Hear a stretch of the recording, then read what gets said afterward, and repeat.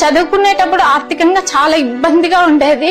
ఒకనొక టైంలో మా అమ్మ వాళ్ళకి కూడా చెప్పలేను, అమ్మ నాకు ఇది కావాలి. నా పేరు కొమ్ము శిరీష, మాది పెద్దమాదిగపల్లి, నిమ్మనపల్లి మండలం, అన్నమయ్య జిల్లా. మా నాన్నగారి పేరు కొమ్ము శ్రీనివాసులు, మా అమ్మగారి పేరు కొమ్ము సుజాత. నాకు ఒకే ఒక్క చెల్లెలు. ఆర్థికంగా చాలా ఇబ్బందిగా ఉండేది. మేము చదువుకునేటప్పుడు ఆర్థిక ఇబ్బందుల కారణంగా మా అమ్మ నాన్న కష్టపడుతూ ఉంటే మా బంధుమిత్రులు, చుట్టుపక్కల వాళ్ళు, నువ్వెందుకురా ఆడపిల్లల్ని చదివిపిస్తున్నావు, ఇంకా చదివిపియద్దు వాళ్ళని అని ఎన్నో విధాలుగా చెప్పారు. లేదు, నాకు ఆడబిడ్లైనా మగబిడ్లైనా నాకు నా బిడ్లే. చదువుకునేటప్పుడు ఆర్థికంగా చాలా ఇబ్బందిగా ఉండేది.